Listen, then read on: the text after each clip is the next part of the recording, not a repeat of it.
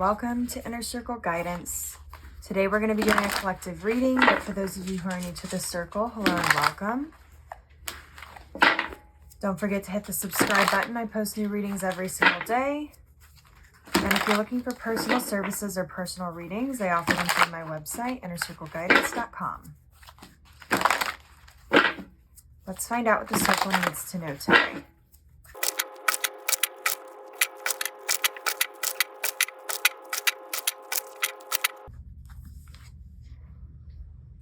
We have the Five of Cups. We have the High Priestess. We have the Knight of Swords. We have the Three of Wands. We have the Page of Wands. We have the Ace of Pentacles on the bottom of the deck.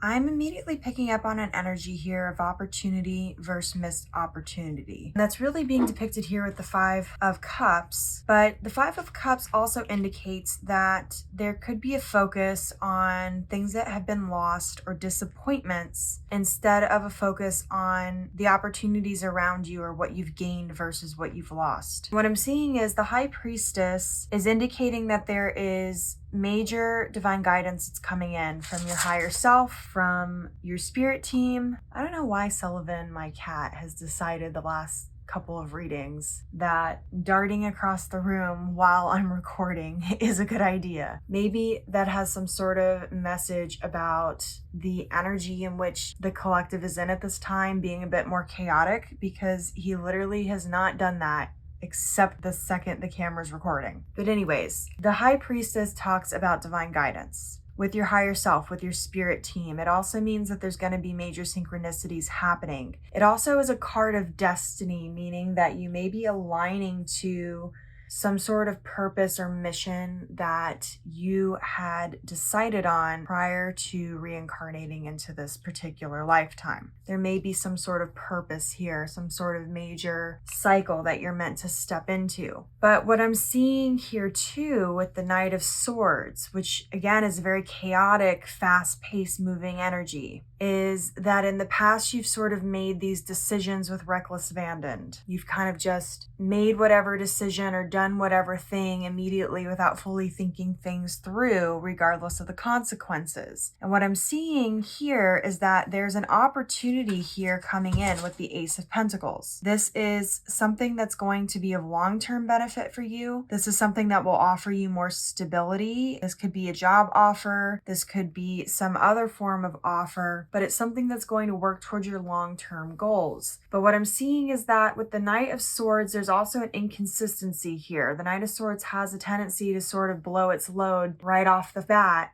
instead of making sure that there's endurance and resilience there to carry out the rest of the task. You're being prompted to really open your eyes to your surroundings, start thinking outside the box, start removing the limitations that you've placed on yourself and your situation, and start actually taking action consistently towards your goals. I just heard an interesting piece of guidance. I heard the cameras do not roll without the leading actors. Part of what I think is happening here and why you're getting disappointed is that when you're receiving these offers or when you're receiving guidance through things like these tarot readings or divine guidance about offers coming in, you have to actually show up for the offer. It's not inherent. If it were inherent, there would be no choice involved. There would be no freedom of decision, in which case it wouldn't matter anything that you did, which is not the case because the universe, as we all know, operates under the law of free will. Some of you are not showing up to the role when the cameras are rolling. You think that the production assistant is going to come to your trailer and come get you and tell you what you need to do. The thing that's interesting here, though, is that unlike an actor who is given a script, told their lines, and told exactly how to act, you are not only the actor, you are the writer and the director as well. The Page of Wands is trying very difficultly here to bring you to a new level of understanding when it comes to the amount of power you have and the agency you have in your own life. You're the architect. You get to build the foundation. You get to design how it looks, how it feels. That's exactly what you're being prompted to do here. You are allowing too much of divine timing or too much of the divine intervention to play a role in your life when you're being prompted to take the reins. For some of you, it's because you haven't quite aligned to the version of yourself that achieves the desire that you're looking for. We've talked about in other readings before how it's not just about wanting what it is you desire, it's becoming it. For some of you, there's still a disconnect because there's a lack of consistency. But this also gets into progress, in the mindset of progress, thinking that every movement forward has to be this big extravagant jump. Major change is built off the back of minor consistent action. When you create consistent action, it becomes a habit that then compounds your energies, so that the spiritual energy backing what it is you desire builds up to a point where it is in the same vibrational frequency as what it is you want. It's not that it can't happen very quickly, but it does have to be consistent. If you're allowing too much of the divine to play a part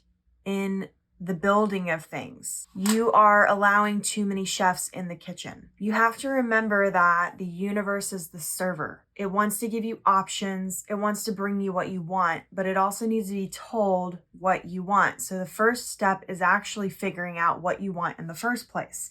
You can't go after what you want if you don't really know what it is. Some of you have been moving so fast towards a general idea that you haven't taken the time to slow down and get specific about what that idea actually feels like, looks like, etc. The page is asking you to start planning, but not only planning, taking action. You don't need to know every little step in terms of, you can get started and kind of have a general idea of where you're going, but maybe there'll be more things that open up to you along the way. The universe has an interesting way of supporting you as you go along, because it tends to give you the information you need right when you need it. So don't get caught up in the planning to the point where you're not moving forward. It's more of, you're being prompted to plan and get more specific on your desires, but also take the action. You have to take the action before anything else can move forward. There's not enough spiritual energy behind the planning alone to make it happen. You've got to show up for the role. You've got to show up for the opportunity, and you've got to be somewhat prepared. Remember that success is often built too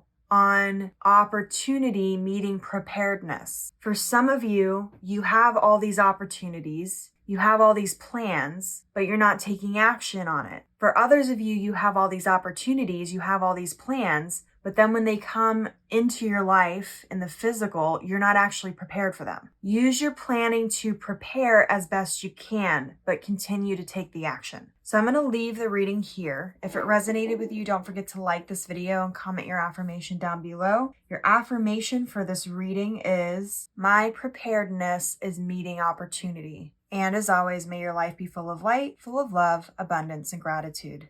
I'll see you next time.